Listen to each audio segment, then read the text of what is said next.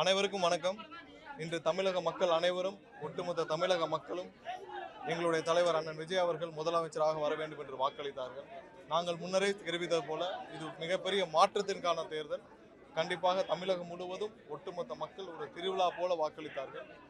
ஒட்டுமொத்த தமிழக மக்களின் ஒட்டுமொத்த எண்ணத்தையும் கருத்தில் கொண்டு இன்று எங்களுடைய தலைவர் அவர்கள் கொண்டு வந்த தீர்மானத்தை 144 உறுப்பினர்கள் ஆதரித்து அந்த கொண்டு வந்த தீர்மானம் இந்த அரசு தொடர வேண்டும் என்று, எங்களுடைய தலைவர் அண்ணன் விஜய் அவர்கள் முதலமைச்சராக தொடர வேண்டும் என்று 144 உறுப்பினர்கள் வாக்களித்து இந்த தீர்மானம் வெற்றி பெற்றது. கண்டிப்பாக இது எங்களுக்கு மட்டுமல்ல, தமிழக மக்கள் அனைவருக்கும் ஒரு மகிழ்ச்சியான தருணம். கண்டிப்பாக மக்கள் என்ன எண்ணத்தில் மக்கள் வாக்களித்தார்களோ எங்களுடைய தலைவர் முதலமைச்சராக வேண்டும் என்று அந்த எண்ணம் 100% நிறைவேறும். இது ஒட்டுமொத்த தமிழக மக்களும் இன்னைக்கு பார்த்தீங்கன்னா ஃப்ளோர்லேயே பார்த்தீங்கன்னா ஒரு புது மாதிரியான ஒரு சட்டசபையை பார்க்குறோன்னு வர்ற பெரும்பாலான கருத்துக்கள் இருக்குது. பெரும்பாலான இளைஞர்கள், சாமானியர்கள், ஏழை எளிய மக்கள் இன்று சட்டப்பேரவை உறுப்பினராக வந்து அரங்கை அலங்கரித்துக் கொண்டிருக்கிறார்கள். இது மக்கள் பிரதிநிதிகளாக, உண்மையான மக்கள் பிரதிநிதிகளாக இங்கே சட்டசபை இருக்கிறார்கள். கண்டிப்பாக இந்த சட்டசபை மாண்பும் இந்த தமிழக மக்கள் என்ன எதிர்பார்த்து இந்த எங்களுடைய தலைவருக்கு வாக்களித்தாலும் அந்த எண்ணம் 100% நிறைவேறும். அதில் எந்த மாற்று கருத்தும் இல்லை. வாக்களித்த அனைவருக்கும் என்று எங்களுடைய தலைவர் நன்றியை தெரிவித்தார். அது இல்லாமல் அனைத்து மக்கள் நல திட்டங்களும் தொடரும் என்பதையும் சட்டசபையில் தெரிவித்தார். கண்டிப்பாக அனைவருக்கும் எங்களுடைய நன்றியை தெரிவித்தார். இல்ல, அவங்களுடைய தலைவர்களை மட்டும்தான் எங்களுடைய தலைவர் சந்தித்தார். அவங்க மற்ற கட்சியை பேசுவதற்கு எங்களுக்கு உரிமை இல்லை. வேற ஏதாவது கேள்வி தான் கேட்கலாம். அவர் எங்களுடைய கட்சியுடைய செய்தி தொடர்பாளராக நியமிக்கப்பட்டு ஒரு 5-6 மாதங்களுக்கு முன்பே யாருக்கும் தனிப்பட்ட தொழில்கள் எது வேண்டுமானாலும் இருக்கலாம். அதை பத்தி யாரும் கருத்து கூறுவதற்கான உரிமை இல்லை. அவர் எங்களுடைய கட்சியுடைய இதுல பேச்சாளராக ஒரு 5-6 மாதங்களுக்கு முன்பே வந்து நியமிக்கப்பட்டு விட்டார். ஸோ அதுக்கும் இதற்கும் சம்பந்தமே இல்லை.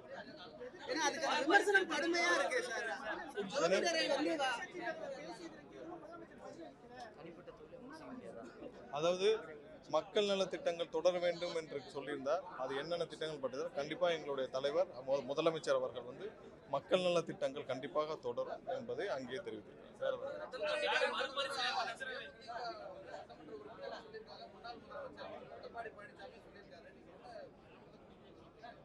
எங்கேயுமே இங்க பாருங்க, எங்களுடைய கூட்டணி கட்சிகள் யார் ஆதரித்ததோடு சேர்த்து எங்களுக்கு பெரும்பான்மை இருந்தது சட்டசபையில். எங்கேயும் குதிரை பேரம் செய்ய வேண்டிய அவசியம் இல்லை. எங்களுடைய தலைவர் அதையும் சட்டப்பேரவை சொல்லியிருந்தாரு. இது குதிரை வேகத்தில் தான் செயல்படும் அரசே தவிர குதிரை பேரம் செய்ய வேண்டிய அவசியம் இல்லை. அதற்கான அவசியமே இல்லை. அதுக்கான தேவையும் இல்லை. கண்டிப்பாக யாரெல்லாம் இன்னைக்கு வந்து எங்களுடைய அரசு தொடர வேண்டும் என்று நினைக்கிறார்களோ, மக்கள் அளித்த தீர்ப்பை ஏற்றுக்கொண்டு, மக்கள் எங்களுடைய தலைவர் முதலமைச்சராக வேண்டும் என்று அளித்த தீர்ப்பை ஏற்றுக்கொண்டு அனைவரும் வாக்களித்துள்ளனர். எங்கேயும் யாருக்கும் பேரம் பேச வேண்டிய அவசியம் இல்லை. இது மக்களுக்கான அரசு, வேற எந்த மாற்றங்களும். சரி, என்டிஏ கூட்டணியோட உறுப்பினர்களுடைய ஆதரவு எங்களுக்கு தேவையில்லை அப்படின்றத நீங்க முன்னாடியே சொல்லியிருந்தீங்க. பட் இருந்தாலும் இப்ப எதிர்கட்சியில இருந்து வைக்கக்கூடிய குரல் என்னன்னா, அவர்களுடைய ஆதரவு இல்லாமலே தாவேகா வந்து ஆட்சி அமைக்கக்கூடிய வாய்ப்பு இருந்தும் ஏன் ஆதரவு வைக்கிற யாரெல்லாம் எங்களுடைய தலைவர் எல்லா கட்சி தலைவர்களையும் முக்கிய தலைவர்களையும் சந்தித்தார். ஸோ அந்த அடிப்படையில் சந்தித்தாரை தவிர்த்து நீங்க மற்றபடியான இந்த எந்த குதிரை பேரமும் யாரிடமும் வந்து தவறான வழியில் நாங்கள் வந்து ஆட்சியை கோருவதற்கான எந்த எண்ணமும் இல்லை. அதிமுக பொதுச்செயலாளர் எடப்பாடி பழனிசாமி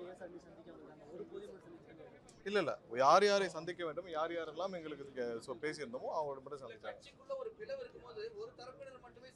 இல்ல, மற்ற கட்சிகளுக்குள்ள என்ன நடக்குதுன்றத பாக்குறதுக்கோ இல்ல மற்ற கட்சிக்குள்ள என்ன இருக்குன்றத பேசுறதுக்கோ எங்களுக்கு உரிமை இல்லை. வேற ஏதாவது நீட் எக்ஸாமினேஷன் கேன்சல் ஆயிருக்கு.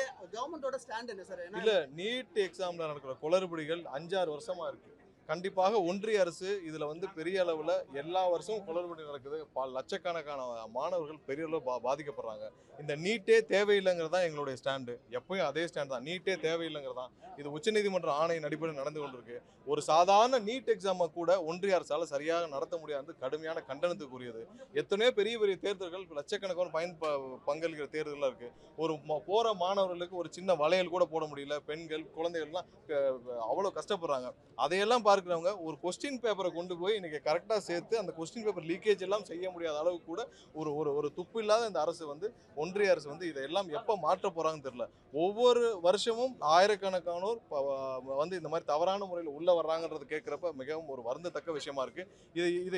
இது ஒரு சாதாரண தேர்தல். ஒரு ஒரு ஒரு என்ட்ரன்ஸ் எக்ஸாம் இந்த தேர்தலை கூட ஒழுங்கா நடத்த முடியாத அளவுக்கு கடுமையான கண்டனத்துக்குரியது.